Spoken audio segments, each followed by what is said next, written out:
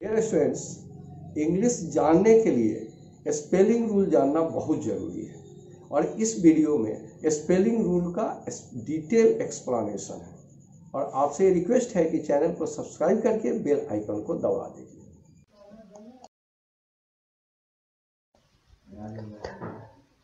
ये फर्स्ट जो रूल हम स्टार्ट कर रहे हैं वर्ड्स विथ एल। तो सबसे पहला रूल जो है एल के साथ है। देखिए इंग्लिश में स्पेलिंग रूल का बहुत इंपॉर्टेंस है और स्पेलिंग अगर सही नहीं हो तो इंग्लिश जानने से कोई फ़ायदा नहीं है।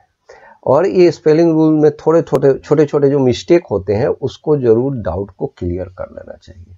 बहुत छोटे छोटे मिस्टेक होते हैं लेकिन ये कॉमन मिस्टेक होते रहते हैं। और इसका देखिए एल का रूल जो है ये है कि अगर सिंगल एल है, ठीक है, और तो वो डबल हो जाता है। यहाँ पे लिखा हुआ है देखिए double L if suffix start with A vowel. ये अगर सफिक्स जो बाद में वर्ड ऐड करते हैं, अगर जो वर्ड ऐड करते हैं वो वॉवेल से शुरू हो तो ये सिंगल एल डबल हो जाता है। जैसे आपने देखिए यहाँ ट्रैवल है और आईएनजी को ऐड करना है तो ये वॉवेल से शुरू हो रहा है तो ये ट्रैवलिंग हो गया, ये एल डबल हो गया है। ठीक, ट्रैवलर में देखिए इसी तरह से वॉवेल से है, ये सफिक्स जो किससे शुरू हो रहा है, वॉवेल से शुरू हो रहा है तो यहाँ पे डबल हो गया। यही चीज यहाँ पे double L if the suffix start with A vowel. Quarrel है, देखिए आईएनजी ऐड कर रहे हैं, वॉवेल से शुरू हो गया, क्वारलिंग हो गया, क्वारल्ड हो गया, ईडी ऐड हो गया, ईडी सॉरी डबल एल हो गया और ईडी हो गया डबल। उसी तरह से ज्वेल है, ज्वेलरी में देखिए डबल एल हो गया। तो कैंसल में कैंसलेशन हो गया, कैंसल एल जो है डबल हो गया। तो फर्स्ट जो रूल है ये तो आप अच्छी तरह से समझ गए होंगे कि अगर सिंगल एल है, एक एल है और हम उसमें कोई वर्ड ऐड करते हैं, जैसे सिंगल एल है और उसमें हम वर्ड ऐड करते हैं और जो वर्ड ऐड कर रहे हैं जो सफिक्स बोलते हैं और जो ऐड कर रहे हैं वो वॉवेल से जब शुरू होगा तो वो नेचुरल है कि वो वर्ड एल को हम डबल कर देंगे। इंग्लिश में एक्सेप्शन जरूर होता है, कोई भी रूल है उसका एक्सेप्शन जरूर आएगा। तो यहाँ जो है क्वारल वर्ड है, यहाँ पे आईएनजी है, वॉवेल से शुरू करें लेकिन ये डबल नहीं हो रहा है। तो इंग्लिश जो है बिना एक्सेप्शन के होता नहीं है, कोई ना हर रूल का कहीं ना कहीं जो है वायलेशन होता है। तो ये तो फर्स्ट रूल आप समझ गए एल का कि सिंगल एल को हम डबल कर देते हैं। अब आइए नेक्स्ट रूल हम देखते हैं क्या है। ये भी नेक्स्ट रूल है, ये एल से ही रिलेटेड है कि word with L, double L से अगर कोई वर्ड है तो omit one L while making a compound word. ये कहने का मतलब है कि अगर डबल एल है एक साथ, इसमें तो दो है लेकिन देखिए इसमें सिंगल एल, डबल एल एक जगह है दो जगह नहीं है। तो अगर डबल एल है और कंपाउंड वर्ड बनाते हैं, कंपाउंड वर्ड का मतलब होता है कि वर्ड को दो वर्ड को जोड़ के एक वर्ड बनाते हैं।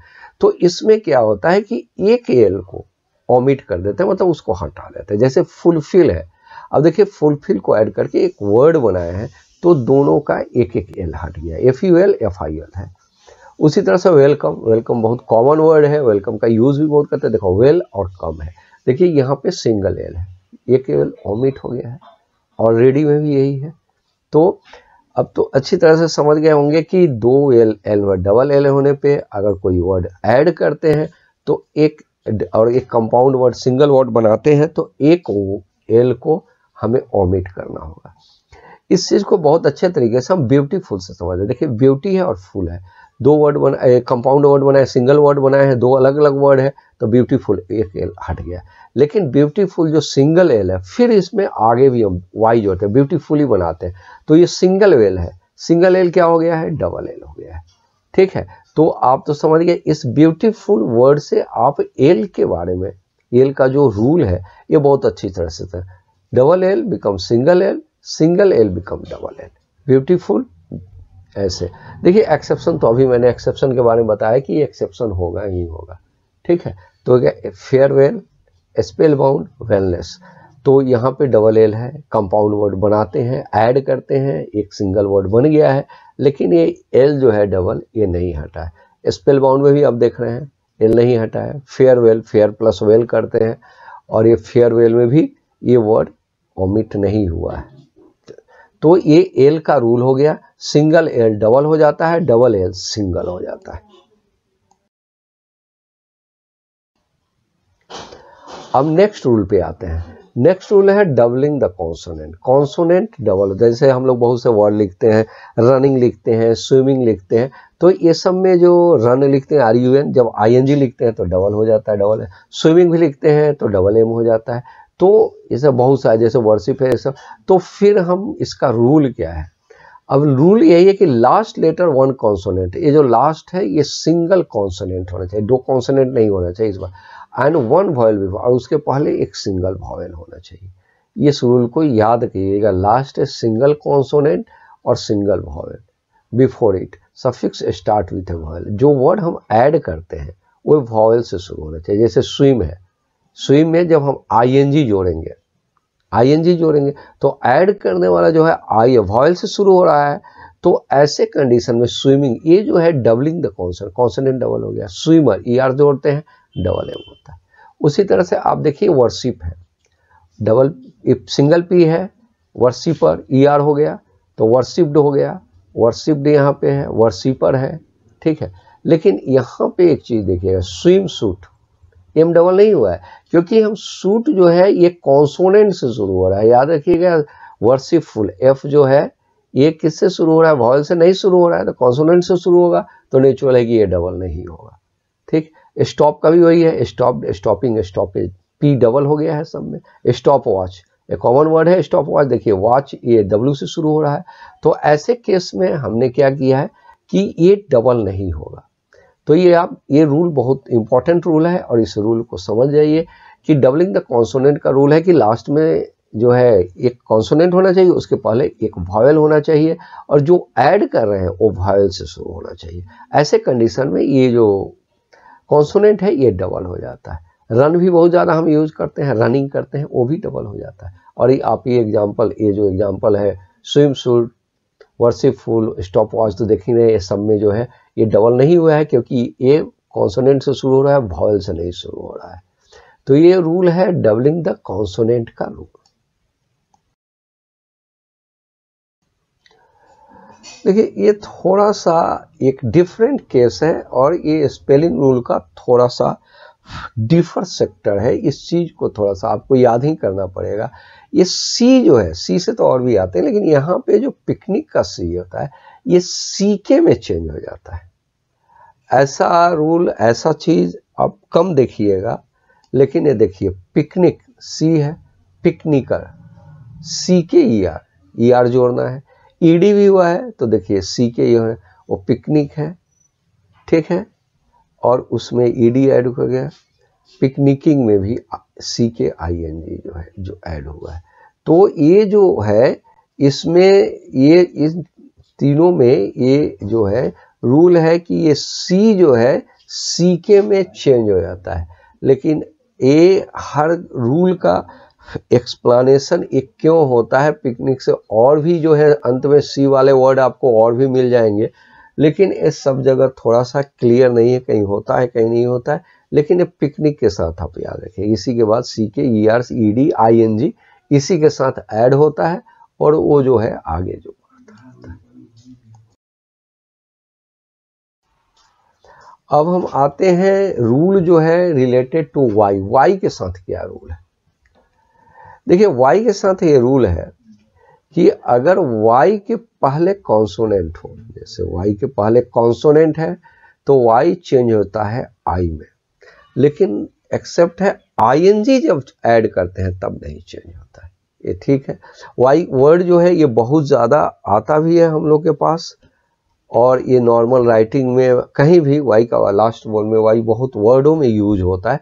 तो इसलिए इस रूल को जरा ध्यान से देखिएगा। मैरी है, AGA कंपाउंड वर्ड जब बना रहे हैं, दूसरे वर्ड जो ऐड कर रहे हैं, तो यहाँ पे Y I में चेंज होगा। मैरिड में भी वही देखिए, मैरिजेबल में भी वही देखिए, ये जो है ये चेंज हो गया है। लेकिन मैरिंग जब ING ऐड करेंगे तब वो नहीं होगा। इस चीज को याद रखिएगा, ING ऐड करेंगे तो वो नहीं होगा। तो यहाँ पे देखिए फ्राइड, फ्राइंग, और ये फ्रायर है।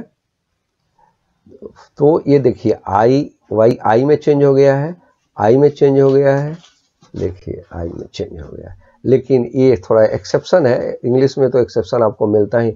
सप्लाई देखिए, सप्लाई, सप्लाइड और सप्लाइंग, तो जब वाई रहेगा तो ये नहीं चेंज होगा, बाकी में जो है आई में चेंज हो गया। तो वाई का रूल तो आप समझ गए। अब आइए नेक्स्ट पे आते हैं। पिछले में हमने देखा था कि वो जो है जब कॉन्सोनेंट होगा तब जो है, अब आइए वाई के पहले वॉवेल हो तो क्या होगा, ठीक। तो वाई डजंट चेंज, ये वाई चेंज नहीं होता। जैसे ओबे है, ईडी लिख दिए, ईडी लिख दिए, ठीक है। तो अगर कॉन्सोनेंट हो तो वाई आई में चेंज हो जाता है, लेकिन जो है अगर उसके पहले वॉवेल हो तो वाई चेंज नहीं होता है। आईएनजी भी ऐड करना है, कुछ भी ऐड करना है तो वाई चेंज नहीं होगा, ये वाई के पहले अगर वॉवेल हो तो। लेकिन एक्सेप्शन है, जैसे डी ए वाई, ये देखिए डे लिखा हुआ है और डेली लिखा हुआ है, डेली आप जानते भी हैं, और डेली में जो है वाई चेंज हो गया है, इस रूल का एक्सेप्शन है। से में सेड हो गया है, ठीक है। तो इंग्लिश में एक्सेप्शन कॉमन चीज है। तो फिर समझ गया, अगर ये रूल यही है कि वाई के पहले अगर कॉन्सोनेंट हो तो वाई आई में चेंज हो जाता है, अगर वाई के पहले वॉवेल हो तो फिर जो है वाई ये चेंज नहीं होता है। अब हमें देखिए एडिंग एस आफ्टर वाई, हम एस का यूज करते हैं प्लूरल बनाने के लिए। नाउन में एस लिखते हैं तो नाउन में एस लिखते हैं तो नाउन प्लूरल हो जाता है, भर में एस लिखते हैं तो भर सिंगुलर हो जाता है, ठीक है। तो किसी भी कंडीशन में भर में भी एस लिखते हैं और नाउन में भी एस लिखते हैं, तो किस कंडीशन में हम एस जब लिखेंगे तो क्या होगा, सिंगुलर होगा कि प्लूरल होगा। देखिए आइए, consonant before Y I S, अगर वाई के पहले कॉन्सोनेंट है तो देखिए आई ई एस है, क्राइज है, ट्राइज है। देखिए ये कॉन्सोनेंट है, ट्राइज का स्पेलिंग, क्राइज का स्पेलिंग, फ्राइज का स्पेलिंग। देखिए अब जो आइए नेक्स्ट टाइम वॉवेल बिफोर है, ये वाई के पहले वॉवेल है, ये कुछ चेंज नहीं हो रहा है, ये एस एस एस का जो रूल है ये इसी तरह से एस लिख देते हैं। तो ये आप समझ गए, प्लूरल बनाने के लिए हम एस लिखते हैं, तो अगर वाई के पहले कॉन्सोनेंट है तो ये आई ई एस में चेंज हो जाएगा, ठीक है। वाई के पहले वॉवेल है तो सिर्फ हम उसमें एस ही ऐड करेंगे और कुछ नहीं ऐड करेंगे। ये है वाई का रूल।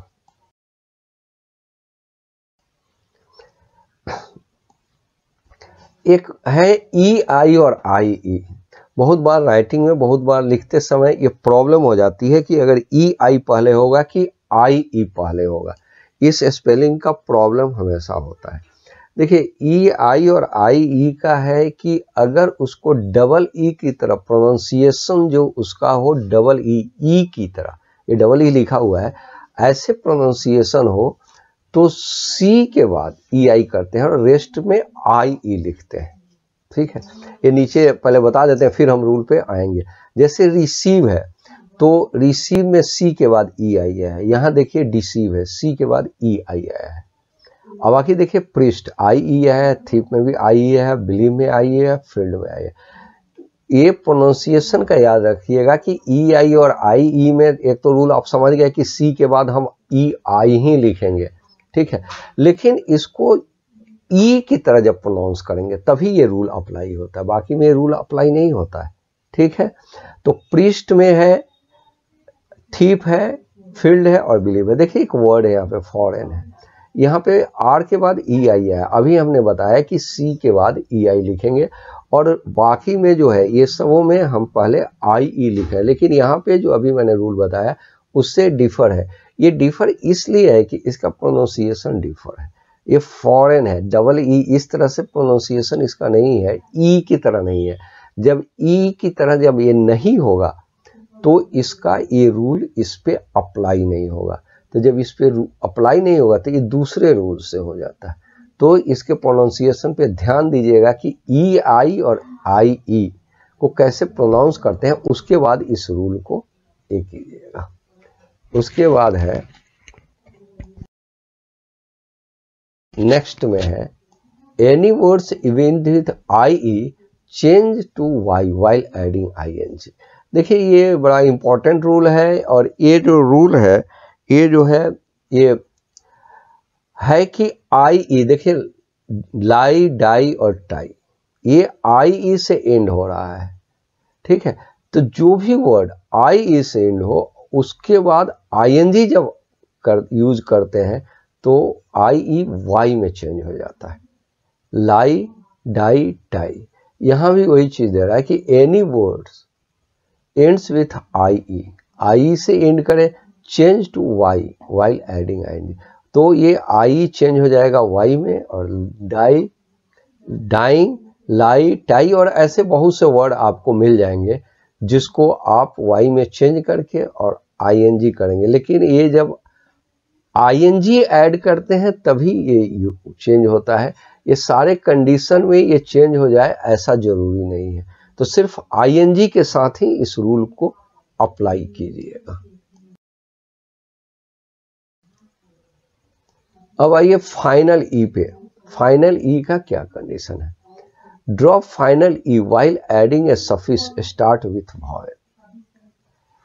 जैसे राइट है और आईएनजी है, तो यहाँ पे देखिएगा राइटिंग है, राइट है और आईएनजी है।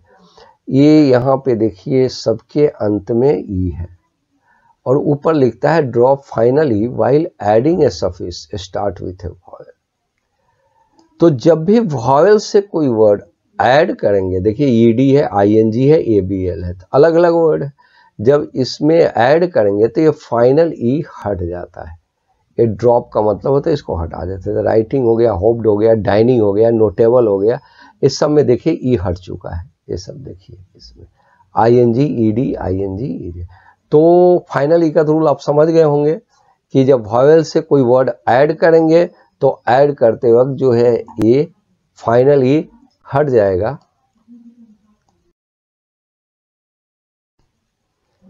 नेक्स्ट रूल है if the suffix start with a consonant keep the final E. अभी जो है जो लास्ट में एक रूल बताए थे कि फाइनल ई ड्रॉप हो जाता है अगर उसको एक वॉवेल से शुरू करते हैं। तो अगर जो सफिक्स जो वर्ड हम ऐड करते हैं अगर वो कॉन्सोनेंट से शुरू हो जाए तब क्या करेंगे? देखिए यूज है और लेस है। देखिए यूजलेस है, ये ई जो है ये हटा नहीं है, यहाँ लिखा हुआ है आप देखिए कीप द फाइनली, ये हटा नहीं है, उसी के साथ है। 90 में देखिए 9 और टी। होपफुल देखिए होप और फुल। तो अगर जो वर्ड ऐड कर रहे हैं अगर वो कॉन्सोनेंट से शुरू हो रहा है तो ये फाइनल ई कभी ड्रॉप नहीं करेंगे। फाइनल ई हम तभी ड्रॉप करते हैं जब वो वॉवेल से कोई वर्ड उसमें ऐड होता है। तो होपफुल हो गया, 90 हो गया, यूजलेस हो गया। देखिए एक्सेप्शन तो है ही, ट्रू में अंत में ई है, ट्रूली में ई हट जाता है। ठीक है, तो ये एक्सेप्शन है और एक्सेप्शन इसी तरह से होता है। ठीक, लेकिन ये याद रखिएगा कि अगर वॉवेल से शुरू हो रहा है, ये वॉवेल से शुरू हो रहा है तो ये हट जाएगा, कॉन्सोनेंट से शुरू हो रहा है तो ये नहीं हटेगा। एक और रूल है if there is a C G before finally. ये ई के पहले ये जो वर्ड यहां पे है सी है और ए सफिक्स स्टार्ट विथ ए और ओ, जो स्टार्ट हो रहा है ए और ओ से, तो ये ई नहीं हटेगा। देखिए ये एबल है, नोटिसेबल है, करेज है, करेजियस है। तो ये दोनों में देखिएगा कि ये रूल फिर से पढ़ देते हैं if there is a C G before final E. Final E, ये ई के पहले अगर ये वर्ड है, अगर एक जो है जो सफिक्स स्टार्ट होता है, जो वर्ड ऐड करते हैं वो से शुरू होता है या ए से शुरू होता है, तो ऐसे केस में ये जो है ई ड्रॉप नहीं होता है। नोटिसेबल, नोटिस लिखते हैं ई तक लिखते हैं, एबल जो है उसी के बाद ऐड होगा, वो नहीं हटेगा। करेज देखिए वो यूज है, करेजियस हो गया, इसमें भी जो है ये ई जो है ड्रॉप नहीं होता है। तो ऐसे केस में ई जो है रह जाता है। देखिए ये वर्ड गिवन है आपको और ये word following words are used as a one word, almost है, समहाउ, ऑलरेडी है, व्हेनेवर। हम बहुत बार जो ये वर्ड यूज करते हैं तो हम जब यूज करते हैं तो हमें लगता है कि ये अलग अलग है या एक साथ है, इसका कंफर्मेशन नहीं हो पाता है। देखिए ये जो वर्ड है यहाँ पे देखिए ऑलमोस्ट, ऑल भी जानते हैं और मोस्ट, अलग अलग भी हम जानते हैं। तो जो जब एक वर्ड को जब ऐड करेंगे तो ये सिंगल वर्ड, वन वर्ड बन जाता है। समहाउ, हाउ अलग है और समहाउ, सम अलग है, लेकिन समहाउ एक जो है एक ही वर्ड होता है, व्हेन एवर, ऑलरेडी। इसी तरह से ये नीचे जो वर्ड है, following words are used as separately. Separately का मतलब होता है कि ये अलग अलग यूज करते हैं। जैसे ऑल राइट है, ऑल राइट अलग अलग है।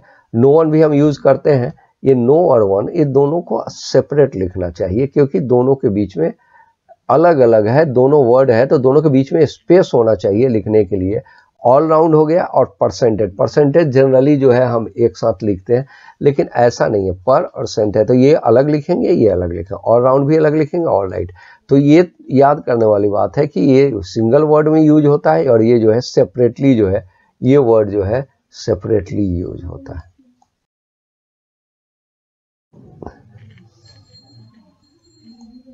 यहाँ देखिए ये बॉक्स है।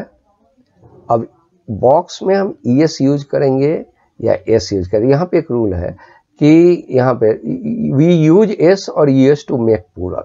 देखिए S, SH, CH, X, O और Z, अगर ये लास्ट में रहे तो हम ES यूज करें। जैसे बॉक्स है, X है, यहाँ ES यूज है, बस S है, ES यूज हुआ, हीरो में ES यूज होगा।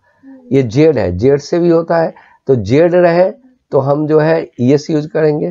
क्विजेज हो गया, डिश है, SH है, यहाँ पे SH भी है, तो SH है, डिशेज हो गया, और वॉच जो है वॉचेज हो गया। तो ये वॉच तो आप जानते हैं कि ये नाउन भी होता है और ये वर्ब भी होता है। तो वर्ब में यूज करेंगे ES तो ये सिंगुलर हो जाएगा, अगर ये नाउन में यूज करेंगे S तो ये प्लूरल हो जाएगा। तो ये जो गिवन है इसको आपको याद करना पड़ेगा कि ये जो, फिर से मैं रिपीट कर रहा हूँ, S है, SH है, CH, X, O और Z। जब A लास्ट में रहे और हमें S और ES में से दोनों में जोड़ना हो कोई, तो हम ES जोड़ देते हैं, और बाकी में जो ऐड करते हैं, बाकी में हम जो है S ऐड करते हैं। देखिए एक रूल है जो हम सब पहले से जानते हैं कि Q is always followed by U। आप कभी Q से कोई जो कहीं भी देखिएगा तो Q के बाद जो है U जरूर आता है। ये इसका रीजन ये है कि उसका प्रोनाउंसिएशन दोनों साथ साथ होता है। Q में U हम जरूर बोलते हैं, ऐसा नहीं हो सकता कि Q बोले U नहीं बोले। तो ऐसे केस में क्या हो गया कि सारे वर्ड कहीं भी देखिएगा तो Q, जैसे क्वीन है, क्विक है, क्वालिटी है, क्वेश्चन है, तो इन सबों में U जो है रहता है। लेकिन इस U के साथ जो है रिलेटेड एक जो है एक फैक्ट्स है कि in such words U is not considered as vowel. इसका मतलब है कि ये जो Q के साथ जो U होता है, ये U हम जानते हैं कि U जो है वॉवेल होता है, लेकिन इसके साथ अगर U रहे तो U कभी भी वॉवेल नहीं कंसिडर किया जाता है, ये Q के साथ ही कंसिडर किया जाता है। अगर वो U सेपरेटली रहे तब तो वॉवेल होगा ही, वॉवेल है भी, लेकिन यहाँ पे Q के साथ रहने पे वो नहीं होता है। Generally prefix don't change spelling. अभी जो है हम लोगों ने सफिक्स के बारे में पढ़ा कि वो जो है बहुत से स्पेलिंग को चेंज कर देता है, और बहुत से स्पेलिंग जो है इस एक से दूसरे में चेंज हो जाता है। अभी तक यही रूल पर है, जो लास्ट में जो वर्ड ऐड होता है। अब हम आते हैं उस वर्ड पे जो पहले ऐड होता है, उसको प्रीफिक्स बोलते हैं। और प्रीफिक्स जो है ये किसी स्पेलिंग को चेंज नहीं करता है। जैसे यहाँ पे जो है बहुत सा स्पेलिंग गिवन है, आप देखिए ये जो IL है, अब लॉजिकल में जो है इलॉजिकल।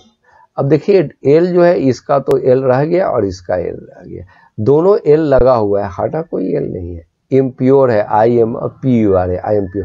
तो ये पहले जो लगता है वो स्पेलिंग को नहीं चेंज करता। नॉनसेंस भी है, नॉनसेंस भी ऐसा ही है।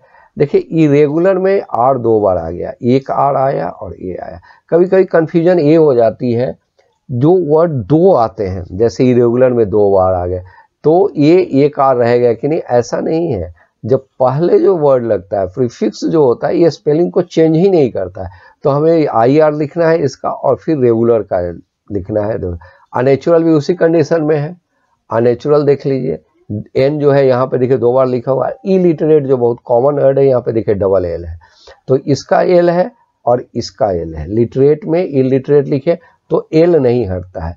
तो इसके अलावा और जो भी प्रीफिक्स जो भी आप ऐड करते हैं, ये समझ जाइए कि वो कभी भी वो जो है वो स्पेलिंग को कोई चेंज नहीं करेगा, वो भी रहेगा, और उसके साथ जो वर्ड जो यूज कर रहे हैं उसका भी पूरा स्पेलिंग रहता है। सफिक्स के साथ है कि वो जनरली जो है स्पेलिंग को डिस्टर्ब कर देता है, और स्पेलिंग में कोई ना कोई जो है वो चेंज जरूर रह जाता है, लेकिन प्रीफिक्स के साथ ऐसा रूल नहीं है। अब हम यूज करते हैं यूएस और ओयूएस। बहुत से वर्ड में क्या होता है कि हमें ये प्रॉब्लम होता है कि हम यूएस यूज करेंगे या ओयूएस यूज करेंगे।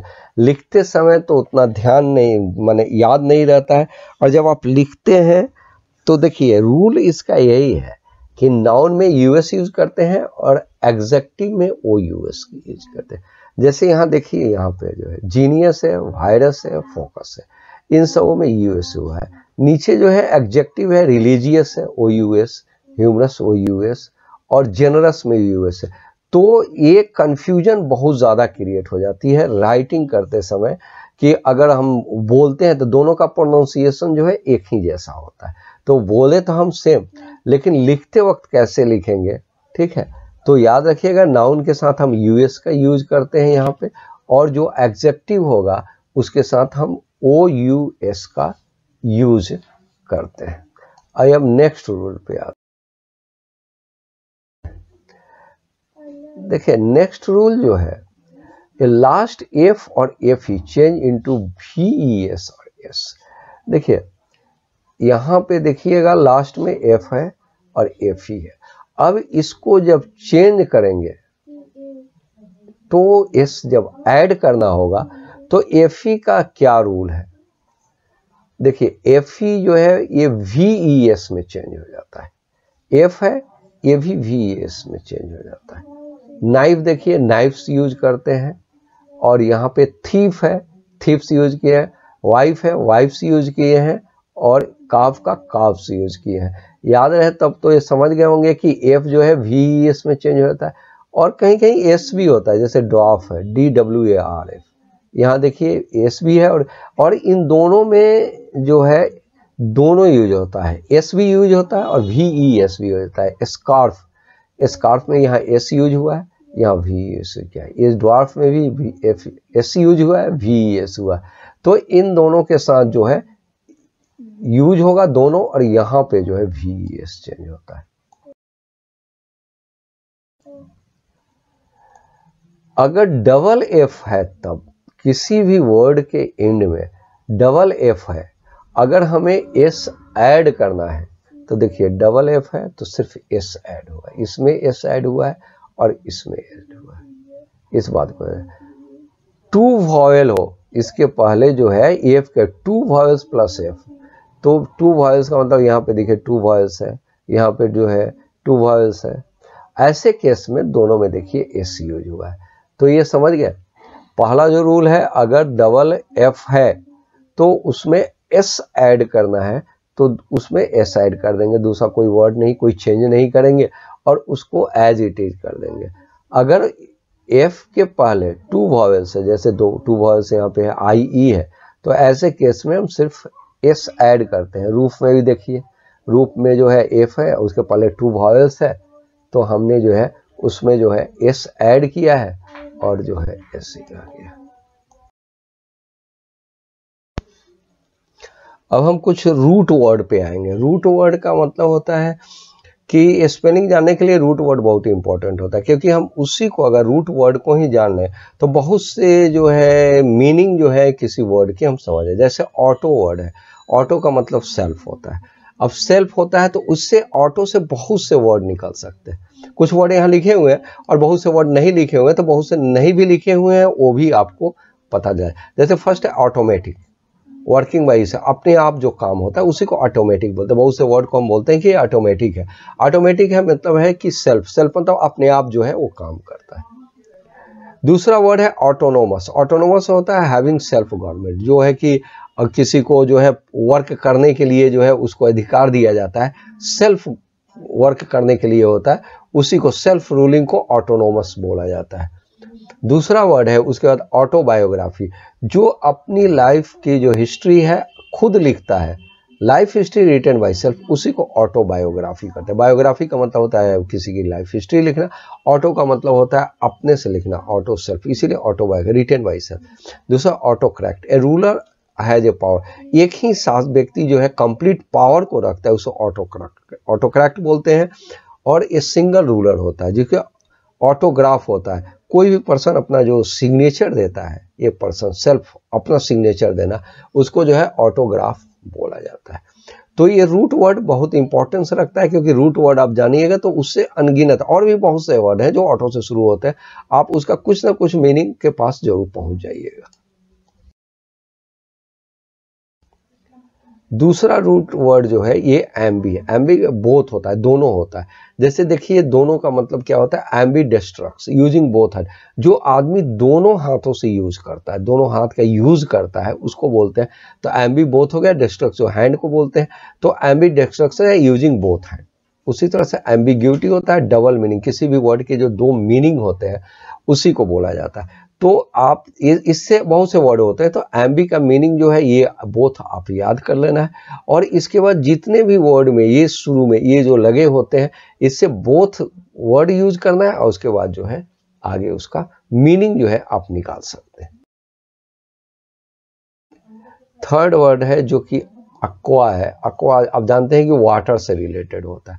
एक्वेरियम होता है, ये जो है large water container for fish और प्लांट्स, जो है जहाँ पे फिश और प्लांट को रखा जाता है उसको एक्वेरियम बोलते हैं, और ये एक्वा से है। ये सब जो है रूट वर्ड जो लिख रहे हैं आप लैटिन वर्ड होते हैं।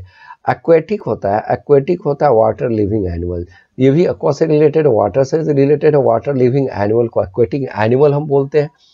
एक्वेरियस होता है, वाटर कैरियर होता है, ये जो ग्रह नक्षत्र आप देखते हैं उसमें एक्वेरियस भी होता है, और वो वाटर कैरियर को बोलते हैं। नेक्स्ट आ जाए एक्वाप्लेन हो। एक्वाप्लेन उसको बोलते हैं motor vehicle slide on water. Water का मतलब होता है रोड पे जो वेट होता है, जो कि वो भी वाटर से ही रिलेटेड होता है, और उसके कारण जो स्लाइड करता है उसी को एक्वाप्लेन बोलते हैं, और ये उसी से रिलेटेड। तो आप तो समझ गए एक्वा वर्ड का मीनिंग वाटर हुआ, और इससे एक्वा से वर्ड जितने भी वर्ड आपको आएंगे सब किसी न किसी तरीके से, किसी न डायरेक्टली या इनडायरेक्टली जो है वो वाटर से ही रिलेटेड होंगे। जो है वो है बायो। ये जो लाइफ से, बायो तो आप जानते हैं लाइफ से को बोलते हैं, बायो का मीनिंग लाइफ होता है। बायोलॉजी तो जानते हैं स्टडी ऑफ लिविंग बीइंग्स के लिए, लिविंग क्रिएचर के लिए जो स्टडी किया जाता है बायोलॉजी हो गया। और दूसरा वर्ड है बायोहजार्ड। बायोहजार्ड है risk of livings. Risk of livings पे जो हजार्ड का मतलब तो होता है जो रिस्क होता है, जो खतरा होता है, इसी को हजार्ड्स बोलते हैं। बायो लिविंग को बोलते हैं, तो रिस्क ऑफ लिविंग के लिए जो होता है खतरा होता है बायो हजार्ड्स होता है। बायो केमिस्ट्री होता है study of chemistry of living. Bio हो गया केमिस्ट्री, तो आप जानते ही केमिस्ट्री, तो bio chemistry study the chemistry of living. And biopsy होता है किसी चीज को, किसी टिश्यू को, मतलब बॉडी में जो है या किसी में कहीं पर टिश्यू निकाल के उसकी जो स्टडी की जाती है, उसकी जो जांच एक्सपेरिमेंट की जाती है, उसी को बायोप्सी बोला जाता है। और नेक्स्ट जो रूल है कार्डियो, ये हार्ट, कार्डियो का मीनिंग होता है हार्ट। कार्डियो आप बहुत ज़्यादा अंदर कार्डियोलॉजी होता है, medical dealing of heart, heart के बारे में जो स्टडी किया जाता है उसी को कार्डियोलॉजी बोला जाता है। कार्डियोवैस्कुलर होता है हार्ट और ब्लड वेसल दोनों का जो स्टडी किया जाता है। वैस्कुलर जो है ब्लड वेसल को बोलते हैं, कार्डियो जो है हार्ट को बोलते हैं, दोनों का मिक्सअप का जो स्टडी होता है उसी को कार्डियोवैस्कुलर बोलते हैं। कार्डियोलॉजिस्ट होता है वो, कार्डियोलॉजिस्ट उस डॉक्टर को बोलते हैं जो हार्ट डिजीज का ट्रीटमेंट करता है। ये कार्डियोलॉजिस्ट आप सुने भी होंगे, बहुत कॉमन वर्ड है कार्डियोलॉजिस्ट, हार्ट डिजीज को ट्रीटमेंट करता है। और कार्डिक होता है हार्ट डिजीज से रिलेटेड है, कार्डिक अरेस्ट होता है। कार्डिक जो होता है कनेक्टेड विथ हार्ट डिजीज। इस तरह के आपको 3 स्लाइड मिलेंगे, और तीनों स्लाइड में स्पेलिंग के थोड़े से मिस्टेक रहेंगे, और आपको सेलेक्ट करना होगा कि करेक्ट स्पेलिंग कौन सा है। जैसा फर्स्ट देख लीजिए, वैक्यूम गिवन है, इसमें जो है डबल सी है, सी यू है और डबल यू है। अब आपको सेलेक्ट करना है कि तीनों में से करेक्ट स्पेलिंग कौन सा है, और ऐसे ज़्यादातर हैं जो थोड़े बहुत मिस्टेक में आ जाते हैं, थोड़े थोड़े से कोई चेंज होता है जिसके कारण बहुत ज़्यादा कन्फ्यूजन क्रिएट हो जाती है और स्टूडेंट्स को थोड़ा प्रॉब्लम होता है। इसलिए इन तीनों में से सेलेक्ट कीजिए कि कौन सा करेक्ट है।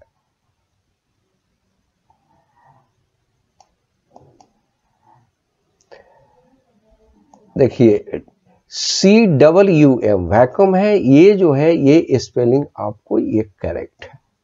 नेक्स्ट देखिए इग्नोरेंस है, इग्नोरेंस में 3 स्पेलिंग है। फर्स्ट है RA है, RE है और यहाँ पे एस है। थोड़े से तीनों में जो है थोड़े थोड़े से डिफरेंस है। अब आपको सिलेक्शन करना है, 5 सेकेंड्स का टाइम दिया जा रहा है। 5 सेकेंड में आप सेलेक्ट कर लीजिए कि कौन सा जो है करेक्ट है।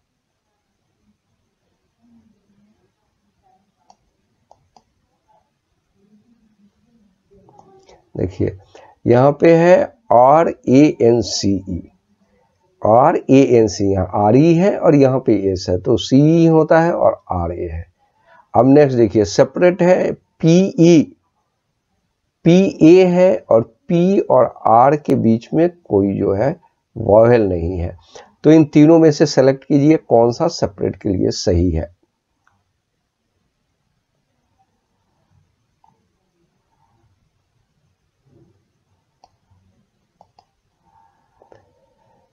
देखिए PARAT, यहाँ पे PA जो है ये करेक्ट है, यहाँ पे PARAT। नेक्स्ट देखिए सफिशिएंट है, आपको यहाँ पे सफिशिएंट है। इसमें क्या है, सिंगल F है, डबल F है और C है, CE है और यहाँ पे डबल F है, CI है। 3 तरह से सफिशिएंट गिवन है। अब सेलेक्ट कीजिए इन तीनों में से कौन सा सही है।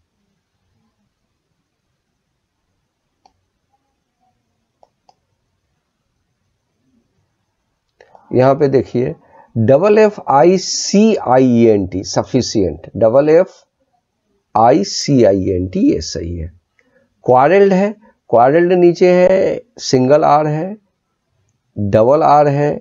यहाँ पे देखिए दोनों में L डबल है लेकिन यहाँ पे L सिंगल है। अब तीनों क्वारल में सेलेक्ट कीजिए।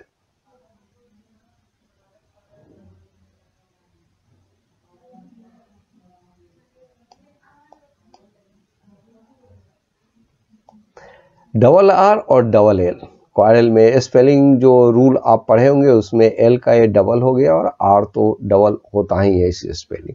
नेक्स्ट है बेनिफिटेड है और बेनिफिटेड के में NI है और T सिंगल है। इसमें जो है T डबल है और इसमें भी T सिंगल है। ठीक है, N के साथ है, यहाँ पे डिफरेंस है और यहाँ पे भी डिफरेंस है। तो बेनिफिटेड का सिलेक्शन कीजिए।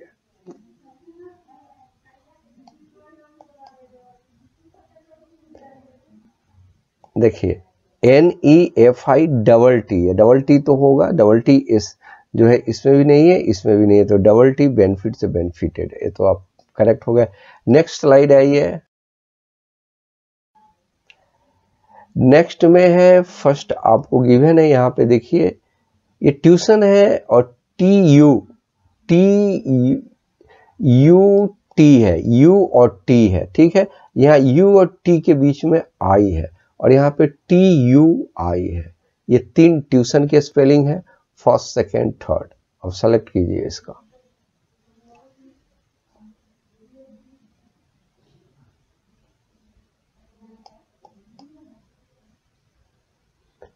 देखिए ट्यूशन में TUI, ज्यादातर जो है इसमें कंफ्यूजन होती है, बहुत कंफ्यूजन होती है। ज्यादातर लोग इसी को TUTI नहीं लिखते हैं, लेकिन ये TUI होगा, U के बाद I होगा, ये यहीं पे जो है कंफ्यूजन क्रिएट करता है और TIO है।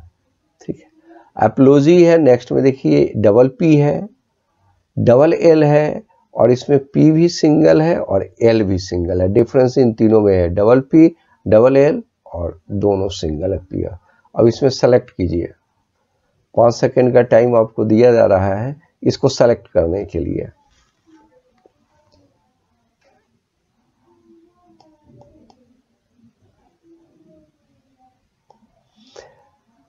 सिंगल P और सिंगल L, देखिए यहाँ पे सिंगल P है और सिंगल A है, वो तो सब में है, लेकिन P और L दोनों सिंगल है एप्लोजी में। नेक्स्ट है बेगर। बेगर में बी ई है, बी ए है, जी के बाद ई है, यहाँ पे जी के बाद ए है, इसका डिफरेंस है, यहाँ पे बी के बाद ई और बी का। तो बेगर का स्पेलिंग तो आप जानते ही हैं। अब इसको सेलेक्ट कीजिए।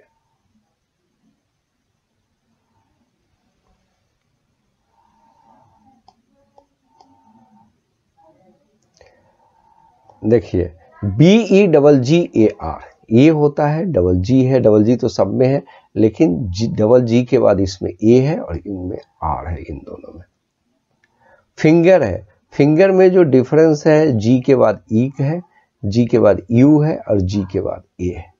अब इन्हीं तीनों में से आपको सेलेक्ट करना है, बाकी स्पेलिंग तो सेम लिखा हुआ है, बस इन तीनों का डिफरेंस है। आप सेलेक्ट कीजिए इसको।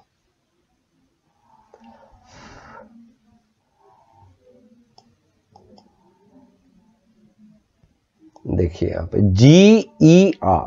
GER होता है फिंगर में, यहाँ पे तीनों। नेक्स्ट है फिशरी है, और फिशरी में ये FISS तो तीनों में है, ए है, ई है और यू है। अब आपको बताना है AEU में से कौन सा होगा।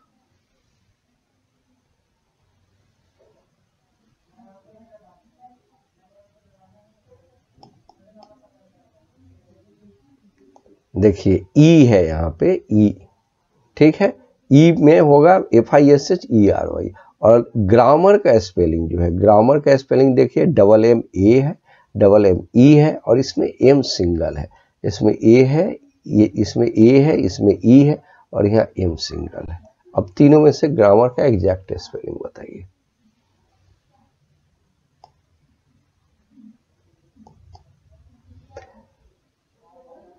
कभी कभी ग्रामर के स्पेलिंग में भी कंफ्यूजन स्टूडेंट से हो जाती है। MMAR होगा, यहाँ पे ए होगा, ई नहीं होगा और सिंगल ए नहीं होगा। और इस तरह का एक लास्ट स्लाइड भी है इसमें है, वे है, देखिए डिसीव का स्पेलिंग है DECIE, ई आई है और यहाँ पे आई है, बाकी में ई है, इन दोनों में ई है, यहाँ पे आई है और ई आई है। तो डिसीव का स्पेलिंग आपको सेलेक्ट करना है तीनों में से।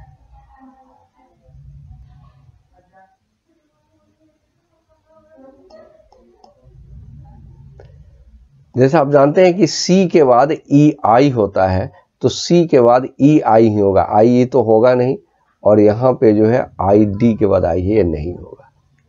उलन है, यहाँ पे सिंगल एल है, LA है और LLE है। अब इसमें सेलेक्ट कीजिए कि कौन सा स्पेलिंग करेक्ट होगा।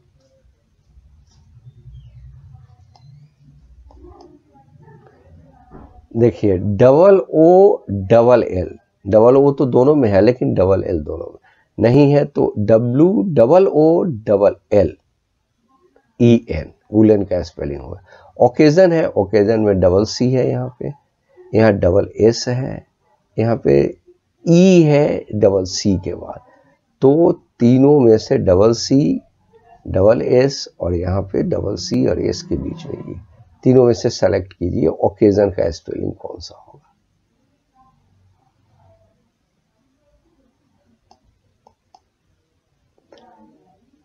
देखिए SS होगा, OCASSION ओकेजन। और नेक्स्ट है बिजनेस है, SS है और SS यहाँ पे बिजनेस में 2 बार SS आया है। यहाँ पे जो है सिंगल S है, SS तो यहाँ भी है, तीनों में SS है, तो इसका कंफ्यूजन तो नहीं होगा, लेकिन यहाँ पे सिंगल S है, यहाँ पे SS है और यहाँ पे BUI है, ठीक है। तो आपको जो सेलेक्ट करना है बिजनेस का करेक्ट स्पेलिंग।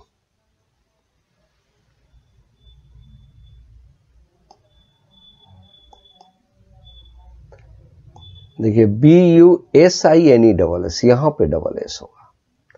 अब नेक्स्ट है टुगेदर, टुगेदर है, अब GA है, यहाँ पे ए है, ई है और यहाँ पे ई है, THER है, ये ए और ई का ही कंफ्यूजन इन तीनों में है। आप सेलेक्ट कीजिए टुगेदर का स्पेलिंग क्या होगा।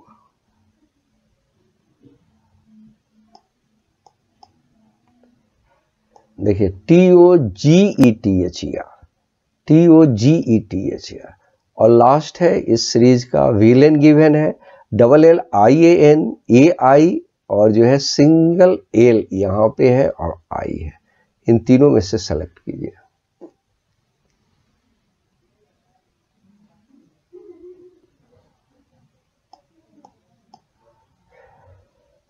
देखिए VILLAIN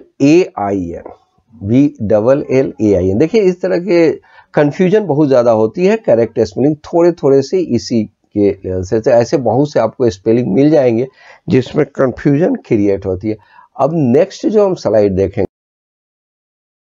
उसमें ऐसे है कि देखिए ऐसे जो वर्ड होते हैं जो सेम तरीके से होते हैं, थोड़े से स्पेलिंग का और मीनिंग में बहुत ज़्यादा डिफरेंस होता है। जैसे कि दो स्पेलिंग आपके सामने जो है ये लिखा हुआ है और फर्स्ट जो है ऊपर जो है फर्स्ट ए नंबर में है करियर है और 2 नंबर में बी में जो है कैरियर है।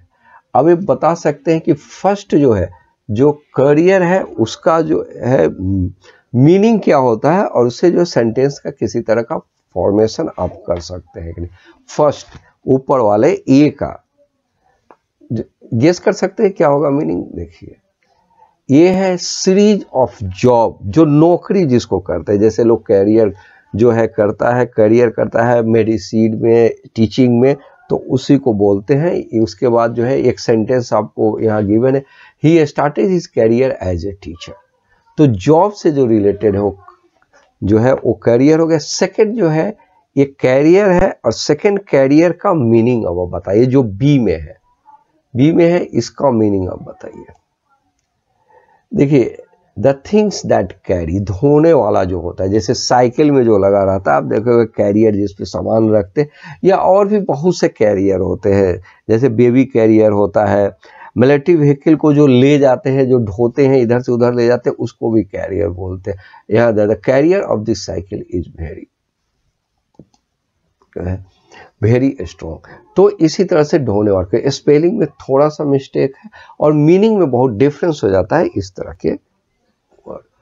नेक्स्ट जो है आपको है जो 2 वर्ड जो है आपके सामने है, और देखिए जेलस होता है। और ये एक चीज और भी है कि दोनों का प्रोनाउंसिएशन जो है सेम है, सिर्फ फर्स्ट में जेड है, सेकंड नीचे जो है जे लिखा हुआ है। प्रोनाउंसिएशन सेम है लेकिन मीनिंग दोनों का बहुत डिफर है। तो फर्स्ट ऊपर वाले ए में आ जाइए और ए जो है उसका जो है मीनिंग जो है बताइए कि फर्स्ट ए वाले में जो जेलस है उसका मीनिंग क्या होता है।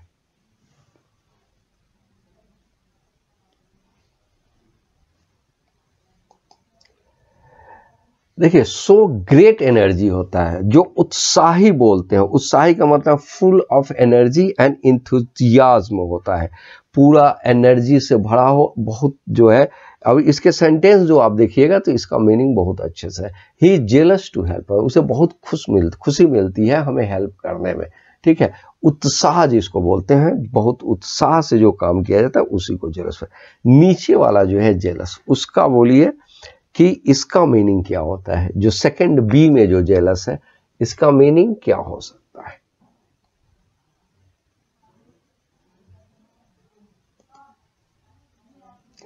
फीलिंग अनहैप्पीनेस, तो ये जो होता है फीलिंग अनहैप्पीनेस का मतलब होता है जो दूसरे के प्रोग्रेस से ईर्ष्या करता है। ईर्ष्या को ही जेलस बोलते हैं, और दूसरे के प्रोग्रेस से जो जलता है उसी को बोलते हैं jealous. She is jealous of my success, इसका मतलब है कि मेरे सक्सेस से उसे ईर्ष्या हो रही है। ठीक है, देखिए दोनों का प्रोनाउंसिएशन सेम है। ऊपर वाले जेलस को थोड़ा स्लो बोलते हैं और नीचे वाले जेलस को थोड़ा फास्ट बोलते हैं। मीनिंग का बहुत ज्यादा डिफरेंस है। फर्स्ट जो है जे है और सेकंड जो है जी है। नेक्स्ट देखिएगा वैकेंट है और एम्प्टी है। वर्ड तो बहुत डिफरेंट है लेकिन खाली बोलते हैं, दोनों में ही खाली बोलते हैं, लेकिन जो यूज है वो यूज करने के तरीके बहुत डिफर है दोनों में। तो फर्स्ट जो वैकेंट है ऊपर जो ए में लिखा हुआ है उसके बारे में उसका मीनिंग बताइए, और उसको बोलते हैं वैकेंट।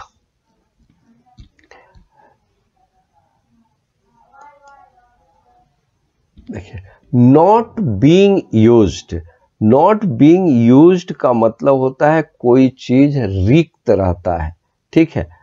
और रिक्त रहता है जैसे नौकरी के लिए, जॉब के लिए जो अप्लाई करते हैं, कोई सीट जो है, जैसे आप बैठे हुए हैं बस में, बगल वाली सीट है वो खाली है, वो वैकेंट में ही आता है। जॉब वॉब की जो सीट होती है खाली रहती है, वो भी वैकेंट में ही आता है। होटल में कोई रूम है, वो भी वैकेंट में ही आता है।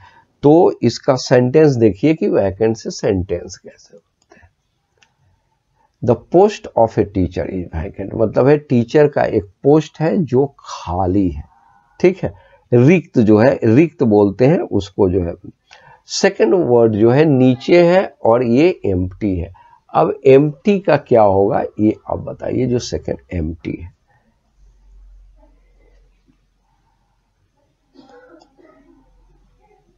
देखिए नथिंग इनसाइड लिखा हुआ है। नथिंग इनसाइड का मतलब कि जैसे कोई डिब्बा है, कोई बॉक्स है, कोई कप है, ये उसके अंदर कुछ भी नहीं है, तब उसको जो है एम्प्टी बोला जाता है, ठीक।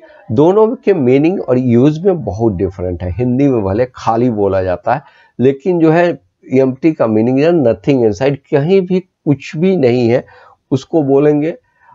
जैसे ये सेंटेंस देखिए, द बॉक्स इज एम्प्टी, ये बॉक्स जो है खाली है। तो ग्लास हो गया, कप हो गया, कोई भी चीज हो गया, अगर उसके अंदर कुछ भी नहीं है तो दैट इज कॉल्ड एम्प्टी, इसको एम्प्टी बोलेंगे।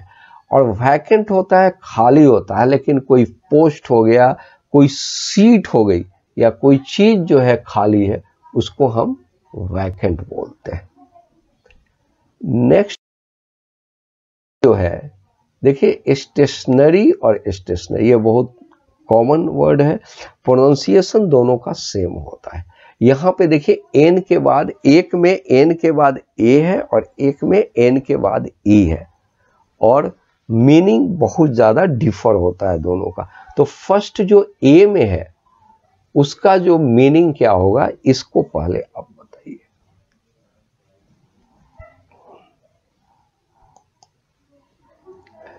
देखिए स्टेशनरी का गिवन है जो ए में है, नॉट मूविंग। नॉट मूविंग का मतलब होता है स्थिर, जो एकदम फिक्स रहता है, ठीक है। बहुत से जो ऑब्जेक्ट होते हैं जिसे स्टेशनरी ऑब्जेक्ट बोलते हैं, जो एकदम स्थिर हो, जो मूव नहीं करे, ठीक। और इसका सेंटेंस जो है देखिए, the bus collided with a stationary vehicle. Stationary vehicle का मतलब है एक स्थिर व्हीकल, जो व्हीकल खड़ी थी उस व्हीकल से बस कोलाइड कर गया, ठीक। अब आ जाइए दूसरे स्टेशनरी पे, जहां पे एन के बाद ई लिखा हुआ है। एन के बाद क्या ई लिखा हुआ है, इसको ध्यान से देखिए और इसका मीनिंग क्या होगा ये जो आप बताइए थोड़ा सा।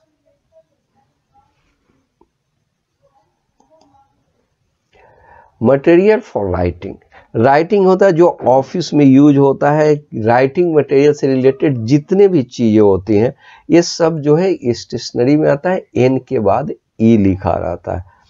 जैसे ऑफिस में पेपर हो गया, पेन हो गया, पेंसिल हो गया, इन्वेलप हो गया, सीट हो गया, कोई भी चीज, ये सारे स्टेशनरी ऑब्जेक्ट में आते हैं। He deals in stationery, deals in का मतलब होता है व्यापार करना। तो ही डील्स इन स्टेशनरी मतलब स्टेशनरी आइटम का वो बिजनेस करता है, वो जो है उसकी डीलिंग करता है। तो ये आप स्टेशनरी को समझ गए, और स्टेशनरी को बहुत याद किया। एक एन के बाद ए होता है, एक एन के बाद ई होता है। ये जिसमें होता है उस नॉट स्थिर होता है, अचल होता है, फिक्स होता है। ई जिसमें होता है वो स्टेशनरी मटेरियल होता है। राइटिंग मटेरियल की जितनी भी चीजें होती हैं, वो सारी चीजें जैसे पेन, पेंसिल, रबर हो गया, इन्वेलप हो गया, सीट हो गया, कागज हो गया, ये सारी चीजें जो है इसी स्टेशनरी के में आती हैं। नेक्स्ट देख लीजिए स्टोरी और स्टोरी। ये तो आप देखिए होंगे, दोनों का प्रोनाउंसिएशन भी सेम होता है। एक में आर के बाद, बी में देखिएगा आर के बाद ई आए हुए हैं। तो फर्स्ट जो स्टोरी है जो सबसे ऊपर है, ए में है, उसका मीनिंग और सेकंड के मीनिंग में बहुत डिफरेंस है। तो फर्स्ट जो स्टोरी है उसका मीनिंग क्या होगा ये आप जरा बताइए।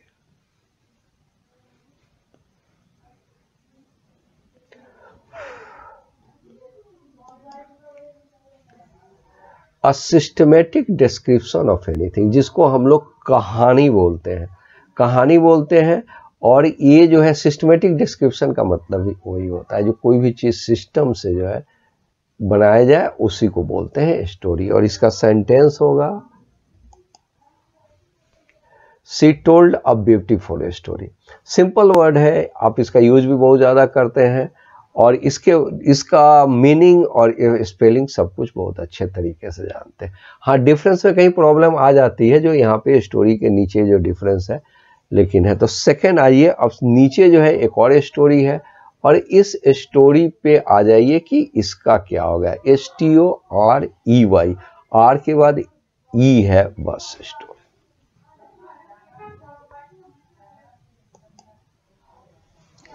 A level of a building, जिसको हम लोग बोलते हैं तल्ला, बोलते हैं मंजिल, बोलते हैं 10 मंजिल, 5 मंजिल, 5 तल्ला, 6 तल्ला, और इसी को स्टोरी बोलते हैं। बस स्पेलिंग का थोड़ा सा डिफरेंस है, ये जरूर याद रखिए। आर के बाद ई है, उसमें आर के बाद वाई है, आर के बाद बस। इससे जो है इसके सेंटेंस पे हम आते हैं और इसका सेंटेंस होगा we live on the third storey. We live on the third storey, third storey पे हम रहते हैं। तो यहाँ पे आप समझ गए कि तला बोलते हैं, फ्लोर भी बोलते हैं हम, कहीं कहीं पे आप जो 4th floor, 5th floor, 6th floor भी यूज करते हैं और वो उसी के लिए करते हैं। दोनों सेम है, यहाँ पे दोनों सेम है, 4th फ्लोर, 4th स्टोरी, ठीक है। तो इस चीज को याद रखिएगा। अब जो है ये आपका हो गया स्टोरी। स्टोरी के बाद जो नेक्स्ट आइएगा ये है, देखिए ये जो है क्वाइट है, देखिए QUITE, और दूसरा है QUIET। देखिए एक बात याद रखिएगा, जो सबसे इंपॉर्टेंट चीज है, बी में देखिएगा UIET, 3 वॉवेल एक साथ है। लेकिन स्पेलिंग रूल में हमने आपको एक चीज बहुत ही इंपॉर्टेंट बात बताया था, और इंपॉर्टेंट बात ये बताया था कि अगर QU एक साथ है, QU के साथ ही आता है, Q तो अकेले आता नहीं है, तो आप जानते ही होंगे। अगर Q के साथ U आता है तो वो U वॉवेल कंसीडर नहीं होता है। इसलिए यहाँ पे नीचे वाले B में जो है वॉवेल 2 ही है, I और E है, U वॉवेल नहीं है क्योंकि वो Q के साथ आया है, ठीक। ये तो हो गया वॉवेल के बारे में और U के बारे में, जो Q के साथ वो आता है। अब ऊपर वाले में आ जाइए, जो ऊपर है QUIT, इसका मीनिंग क्या होता है। देखिए ये जो है QUIT, दोनों का प्रोनाउंसिएशन सेम है, क्वाइट ही बोलते हैं दोनों के प्रोनाउंसिएशन में। मीनिंग होता है, फर्स्ट का होता है to a great degree. To a great degree का होता है बहुत हद तक होता है, और एक कुछ हद तक भी इसका मीनिंग होता है। कंप्लीटली जो है, कंप्लीटली भी इसको बोलते हैं, ठीक है। कंप्लीटली वर्ड है, इसका सेंटेंस देखिए, फिर इसका हम discuss. He is quite well. Quite well का मतलब एकदम वो सही है। The exam was quite difficult. Quite difficult जो है मतलब है कि कुछ डिफिकल्ट था, कुछ हद तक जो है ये एग्जाम डिफिकल्ट। ये क्वाइट की जगह फेयरली भी आता है और रैदर भी ये यूज होता है। रैदर तो थोड़ा ज़्यादा स्ट्रॉन्ग वर्ड होता है, फेयरली थोड़ा कम वर्ड होता है, क्वाइट उसी में होता है। The exam was quite difficult, he is quite, वो एकदम सही है। ठीक नीचे वाला आ जाइए QUIET। अब इसके जो मीनिंग है, इसका मीनिंग थोड़ा गेस कीजिए नीचे वाले क्वाइट का।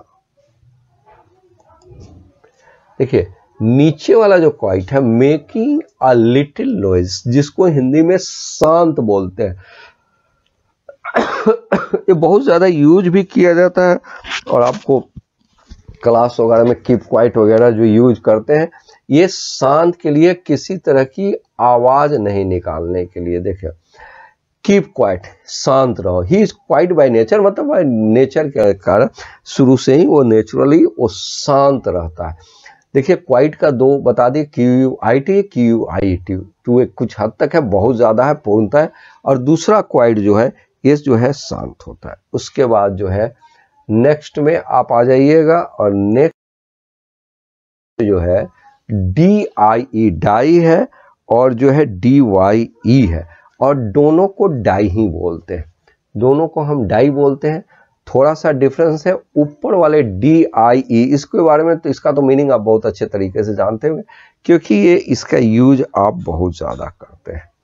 डेथ होता है स्टॉप एग्जिस्टिंग, और ब्लॉक होता है, देखिए ये आपको बता दें, एक तो डेथ फर्स्ट तो है, जब तो एग्जिस्ट करने का मतलब जैसे जो है एक सेंटेंस देखिए फिर उसको मीनिंग को उसको, he died a poor man, ठीक है, तो डेथ हुआ। दूसरा स्टॉप एग्जिस्टिंग का मतलब कोई चीज जो है पुराना कस्टम समाप्त हो रहा है, तो ओल्ड कस्टम्स आर डाइंग होता है, ओल्ड कस्टम्स आर डाइंग, समाप्त हो रहा है, ठीक है। ब्लॉक होता है कोई जो फैक्ट्री में जो है कोई चीज बनाते हैं तो सांचा जो होता है वो डाई होता है, ये वही डाई हो उसके भी होता है। अब नीचे वाले डाई पे आ जाइए, नीचे वाले DYE पे आ जाइए, और जो है चेंज द कलर ऑफ, जैसे हम लोग बाल डाई करते हैं, किसी चीज को रंगते हैं, किसी चीज का कलर, ये नीचे वाला यही डाई होता है। जैसे जो है आई डाई माई हेयर, मैं अपने बाल को काला करता हूँ, किसी भी चीज के कलर को चेंज करना, दूसरे चीज हेयर के अलावा, और ज़्यादातर हेयर में हम लोग यूज करते हैं, लेकिन दूसरे चीज का भी कलर अगर चेंज करते हैं तो वो भी जो है ये इसी में आता है। और जो लास्ट है वो जो है लास्ट, आप देखिए यहाँ पे आपके सामने है, ALLUSION और IELLUSION, ये दोनों में ए जो है और आई का डिफरेंस है। एल्यूजन बोलते हैं फर्स्ट को, और इस एल्यूजन का मीनिंग होता है एन इनडायरेक्ट रेफरेंस, मतलब है किसी का एग्जाम्पल लेना, कोई संकेत देना, और उसी के लिए जैसे राइटिंग वगैरह में, पोएम वगैरह में पोएट जो है इसी एल्यूजन का यूज करते हैं। जो है we can find allusion to Superman, बहुत से फिल्म बनी थी जो सुपरमैन की तरह थी, उसी के एक्टिंग की तरह उसका नकल करते, तो इसीलिए एल्यूजन है, जहां पे उसका इनडायरेक्ट रेफरेंस होता है। नीचे वाला जो है, नीचे वाला इल्यूजन होता है, नीचे वाले इल्यूजन का मीनिंग देखिए क्या होता है, देखिए फॉल्स आइडिया, जो भ्रम होता है, जिसको भ्रम बोलते हैं, जिसको धोखा खाना बोलते हैं, ठीक है, इसी को जो है इल्यूजन बोलते हैं। बहुत सी चीजें होती हैं इल्यूजन में, जैसे he has an illusion about me, मतलब मेरे बारे में उसको भ्रम है, ठीक। और ये जो है ये आपका जो है ये पूरा हो गया, ये पूरा वीडियो।